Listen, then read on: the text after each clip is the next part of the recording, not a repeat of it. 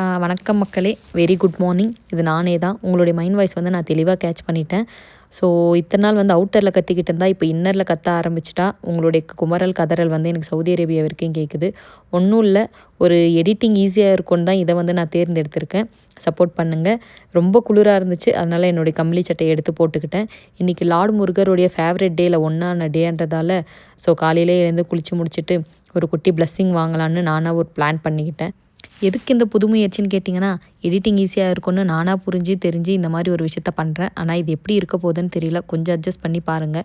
So ஒரு முருகருக்கு சாப்பாடு ரெடி பண்ண கிச்சன் ரூம்குள்ளே போகலான்னு நினச்சேன். எப்படியும் நம்ம பண்ணுறது அவருக்கு பிடிக்க போகிறதில்ல. அதனால் இருக்கிற பேசிக் நட்ஸ் ரெடிமேடாக ஏதாவது இருந்தால் எடுத்து போட்டுக்கலான்னு அவருக்கு பிடிச்சதெல்லாம் கொஞ்சம் எடுத்து போட்டுக்கிட்டேன் நானே.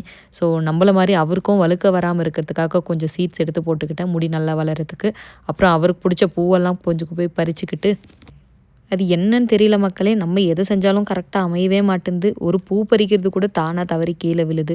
சரி, ஓகே, நம்மளுக்கு நேரம் இப்படி தான் போல். சும்மா சொல்லக்கூடாது. காலையில் வியூ வந்து கொஞ்சம் அருமையாகவே இருந்துச்சு. நீங்களே பாருங்கள், நல்ல ஒரு கிளைமேட்டாக இருந்துச்சு. அதனால் ஒரு சின்ன வீடியோ அங்கே ஒரு கிளிப்பு எடுத்துக்கிட்டு அப்படியே நம்ம வந்து மேலே ரூமுக்கு வந்தாச்சு. எப்படி பார்த்தாலும் வாழ்க்கை அனுபவத்தில் நான் கற்றுக்கிட்ட பாடம், மற்றவங்க யாரும் நம்மளுக்கு பட்டை போடக்கூடாதுடா, அதுக்கு முன்னாடி நம்மளே போட்டுக்கணுண்டான்ட்டு இன்றைக்கி எடுத்து வரன்னு வரைஞ்சி இன்றைக்கி ஒரு பட்டியை நம்ம நெத்தியில் போட்டாச்சு. முருகரே நம்மளை வந்து இறங்கி தானாக பிளெஸ்ஸிங் பண்ண மாதிரி ஒரு அருள் கிடச்சாச்சு. சரி, என்னடா ரூமுக்கு வெளியே இதை வந்து சுற்றிக்கிட்டு இருக்கேன்னு நீங்கள் வந்து நினைக்க வேணாம். ரூம்குள்ளே வந்து 2 பூதங்க இருக்குது. ஸோ அவங்களுக்கு பயந்து தான் கடவுளையும் மிஞ்சின பூதங்க அவங்க 2 பேர். அதனால தான் வெளியே முடிச்சிடலான்னு இந்த வேலையை வந்து நான் பண்ணிக்கிட்டு இருக்கேன். கடவுள் புரிஞ்சுப்பார். ஸோ நான் மியூட்டில் என்ன பேசுகிறேன்னு யோசிக்காதீங்க.